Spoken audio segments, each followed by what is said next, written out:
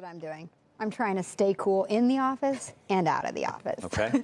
And I think it's, it's easy again when I have this portfolio of all stocks. So what I did this week was I just buckled down and listened to earnings reports. I have 37 stocks in the portfolio. 16 reported this week. Of the 16 that reported, all but 2 beat on earnings.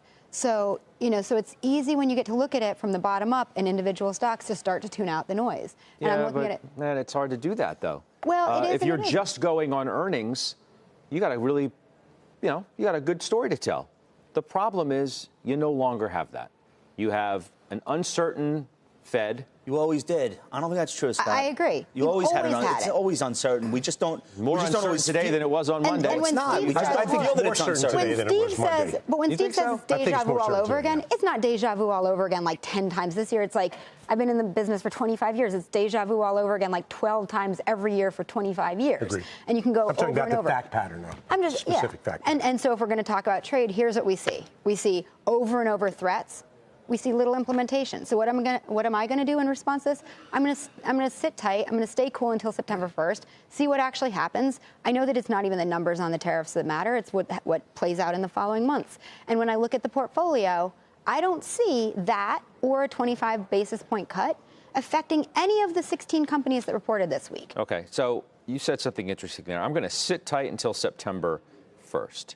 Mm-hmm. So is that where we are? I mean, we're in the penalty box. We're frozen until September 1st when we figure out what's happening at the tariff. It's not like the fall is typically all that great in the markets. September. You're right. So maybe you just lost a month's worth of productivity, if you want to put it that way, in the market because of what happened with the tweet yesterday about tariffs. So where does that leave you between now and then the fall, which is typically unkind?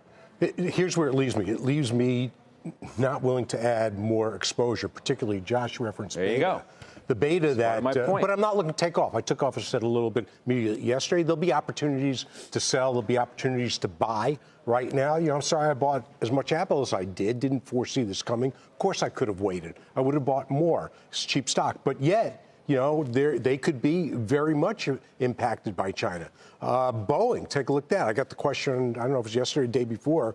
Boeing, 325, 375. I said 375 without thinking. So now I'm thinking, hey, maybe I reload lower. Maybe I'll get a greater opportunity. Just take advantage of them. The point is markets go up most of the time, over 80% of the time. And you have these events that provide buying opportunities. The question is, you can't pick the bottom, you can't pick the top, but you wait for opportunities where it's so compelling that you have to go in. Yeah. But I take a look at things like XPO Logistics. I had the quarter called right. I was out of it. Now I'm looking at it. The stock's up 10% today. It's trading over $70 a share. So I missed it. So you don't know what's going on in some things. And this is where I say stay cool. Like, we own XPO. We own things for the long run. We buy them and plan to hold them for 3 to 5 years. So I get that, right. Because I'm not trading around. So I get to actually have the 10% move.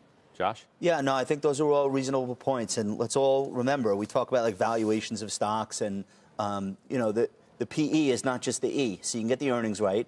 And you could be in a story where Google, let's go back to Google. Here's a company that expectations were very low. It was a really good setup. The stock had been trailing the other big cap tech names. And not a lot of people had a lot of hope for a great quarter. And then they reported one. They got a few things right. They fixed some of the issues. The stock exploded. Now it's given back most, if not all, of that gain and then some going into the quarter and then after. So you say, like, all right, well, I have the story right, and now I just get a better price. So you can do that across multiple sectors throughout the market if that's the way that you invest. And I think Steve's point is the big one, which is if we had a new high every single day, there would be no opportunity for anyone. Multiples would be permanently elevated, and no one would ever make any money.